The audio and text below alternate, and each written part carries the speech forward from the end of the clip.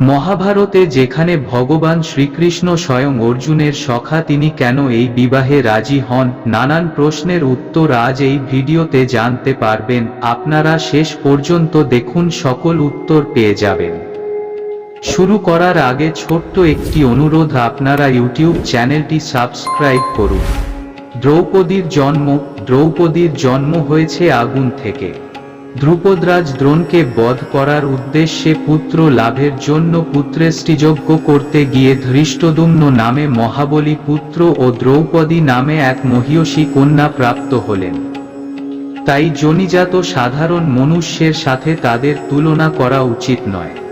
মহামুনি ব্যাসদেবের সাথে পাণ্ডবগণদের সাক্ষাৎকারে ব্যাসদেব প্রসঙ্গক্রমে দ্রৌপদীর পূর্বজন্ম বৃত্তান্ত পাণ্ডবগণকে শ্রবণ করান। কোন তপবনে সর্বাঙ্গ সুন্দরী সর্বগুণসম্পন্না এক ঋষিকন্যা বাস করতেন। সেই রমণী উপযুক্ত পতি লাভ না করতে পেরে অত্যন্ত ব্যথিতা হয়েছিলেন।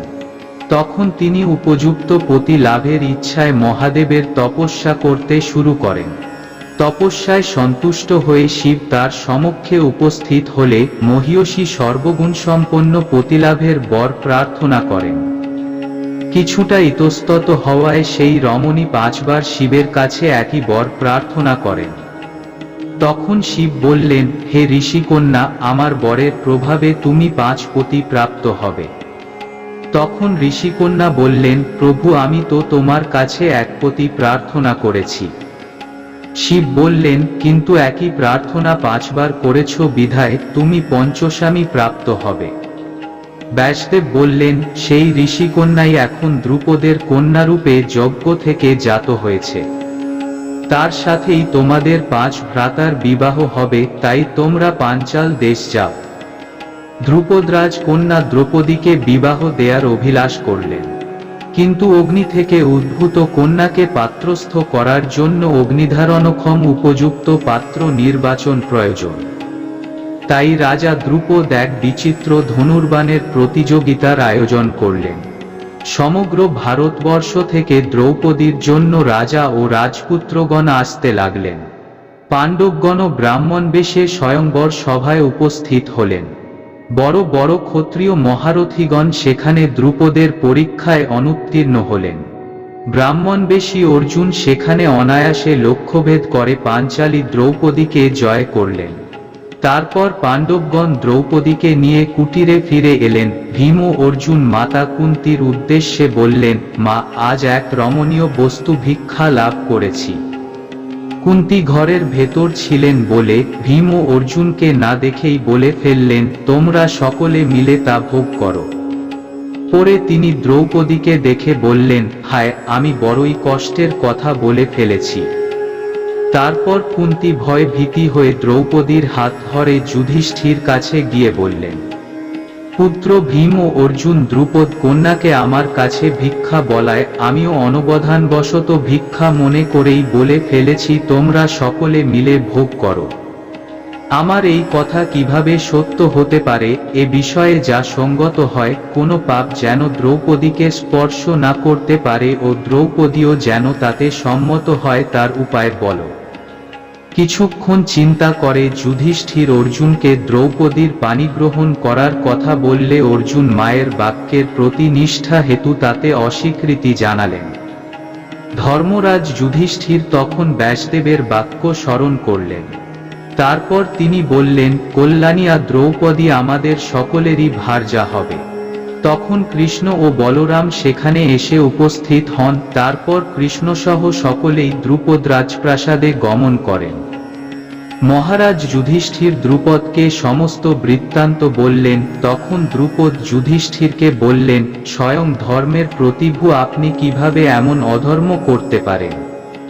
তখন যুধিষ্ঠির বললেন, মহারাজ, ধর্ম অতি সূক্ষ্ম বিষয়, সুতরাং আমরা এর গতি বুঝতে পারি না। তাই প্রাচীনেরা যে পথে গিয়েছেন আমরাও সেই পথের অনুসরণ করে চলি। এমন সময় মহর্ষি ব্যাসদেব সেখানে এসে উপস্থিত হলেন। যথাসম্মান প্রদানের পর দ্রুপদ ব্যাসদেবের নিকট দ্রৌপদীর বিবাহের বিষয়ে জিজ্ঞেস করলেন, একটি স্ত্রী বহু পুরুষের পত্নী হবে, অথচ তাতে কেন পাপ হবে না? তখন ব্যাসদেব দ্রুপদের হাত ধরে তাকে নিয়ে অন্য একটি কক্ষে প্রবেশ করলেন। তারপর ব্যাসদেব দ্রুপদকে পঞ্চপাণ্ডব ও দ্রৌপদীর পূর্বজন্মের বৃত্তান্ত বলতে শুরু করলেন। মহারাজ, পুরাকালে নৈমিষারণ্যে দেবতারা এক যজ্ঞ করছিলেন। সেই যজ্ঞের যম পুরোহিত হওয়ার কারণে মানুষদের মারছিলেন না। পৃথিবীতে মানুষ ক্রমে বৃদ্ধি পাচ্ছে বলে ইন্দ্র, চন্দ্র, বরুণ আদি দেবগণ যজ্ঞস্থানে আসছিলেন। তখন পথিমধ্যে একটি স্বর্ণপদ্ম গঙ্গায় ভেসে আসতে দেখে উৎস অনুসন্ধান করতে গিয়ে দেবরাজ ইন্দ্র দেখলেন এক রমণী গঙ্গায় নেমে রোদন করছে ও তার অশ্রুবিন্দু হতে স্বর্ণপদ্ম সৃষ্টি হচ্ছে। কারণ জিজ্ঞেস করলে রমণী ইন্দ্রকে নিকটবর্তী হিমালয়ের উপরে নিয়ে গেলেন। সেখানে এক যুবক এক যুবতীর সাথে পাশা খেলছে। তারা ইন্দ্রের আগমনেও তাকে সম্মান না জানানোতে ইন্দ্র ক্রোধিত হয়ে বাক্যবাণ প্রয়োগ করলেন। যুবক ইন্দ্রের প্রতি দৃষ্টিপাত করা মাত্রই ইন্দ্র পাথরের ন্যায় স্থবির হয়ে পড়লেন। পাশা খেলা শেষে যুবক বেশি শিব ক্রন্দনরত রমণীকে বললেন ইন্দ্রকে তার কাছে নিয়ে আসতে। রমণীর স্পর্শে ইন্দ্র চেতনা ফিরে পেল। শিব তাকে তার বল দ্বারা একটি পর্বতকে সরাতে বললেন। পর্বত সরিয়ে ইন্দ্র সেখানে 4 তেজস্বী পুরুষকে গর্তের ভেতর দেখতে পেলেন। তখন শিব বললেন, এরাও তোমারই মতো ইন্দ্র ছিল। অহংকারে মত্ত হওয়ার কারণে আমি তাদের সেখানে আবদ্ধ করে রেখেছি। তুমিও সেখানে প্রবেশ করো। তখন ইন্দ্র ভয়ে কম্পিত হয়ে শিবের অনুগ্রহ প্রার্থনা করেন। তখন শিব বললেন, তোমরা মর্তে গিয়ে মনুষ্যরূপে জন্মগ্রহণ করো। তখন পূর্ববর্তী ইন্দ্রগণ বললেন, আমরা মর্তলোকে যাব, তবে আমাদের ধর্ম, বায়ু, ইন্দ্র এবং অশ্বিনী কুমারদ্বয়ের মাধ্যমে জননীর গর্ভে স্থাপন করুন। তখন মহাদেব শিব তাদের অভিলাষ পূর্ণ করার অঙ্গীকার করলেন। তবে পঞ্চম ইন্দ্র মহাদেবকে বললেন, দেবগণের কার্য সম্পাদনের জন্য আমি আমার অংশকে পঞ্চম ইন্দ্র করে পাঠাবো। পূর্বের ইন্দ্রগণই এবার যুধিষ্ঠির, ভীম, অর্জুন, নকুল ও সহদেবরূপে জন্মগ্রহণ করেছেন। আর পূর্বে মহাদেব যে স্বর্গলক্ষ্মীকে তাদের পত্নী হওয়ার আদেশ দিয়েছিলেন তিনিই দ্রৌপদীরূপে জন্মগ্রহণ করেছেন।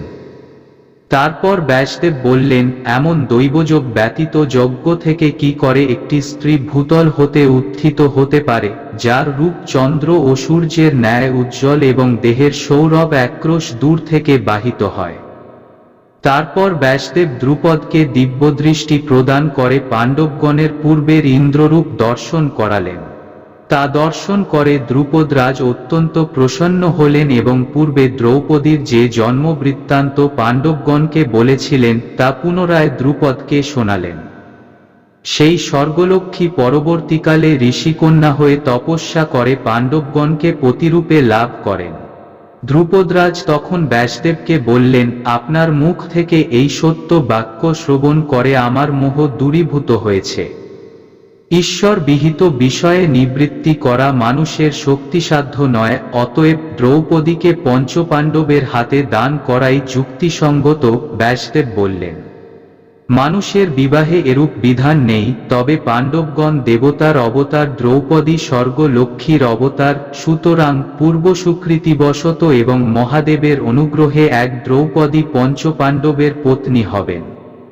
দ্রৌপদীর বিবাহ নিয়ে প্রশ্ন বিবাহ অনুষ্ঠিত হওয়ার পূর্ব থেকেই শুরু হয়েছে, এটা নতুন কোনো বিষয় নয়। ব্যাসদেব ত্রিকালজ্ঞ পুরুষ, তিনি জানতেন ভবিষ্যতে মানব সমাজে দ্রৌপদীর বিবাহ নিয়ে মানুষ প্রশ্ন তুলবে, তাই তিনি দ্রুপদরাজকে উদ্দেশ্য করে অত্যন্ত নিপুণতার সাথে এই বিভ্রান্তি নিরসন করেছেন। এছাড়াও নারদ পুরাণ, বায়ু পুরাণ ও মার্কণ্ডের পুরাণে দ্রৌপদীর পঞ্চস্বামীর কারণ বর্ণিত রয়েছে।